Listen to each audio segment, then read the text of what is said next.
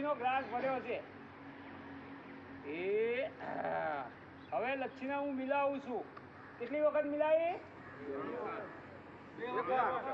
એક વખત આમ કર્યું બીજી વખત આમ કર્યું અને ત્રીજી વખત પીવાની છે શું કરવાનું છે પીવાની ચલો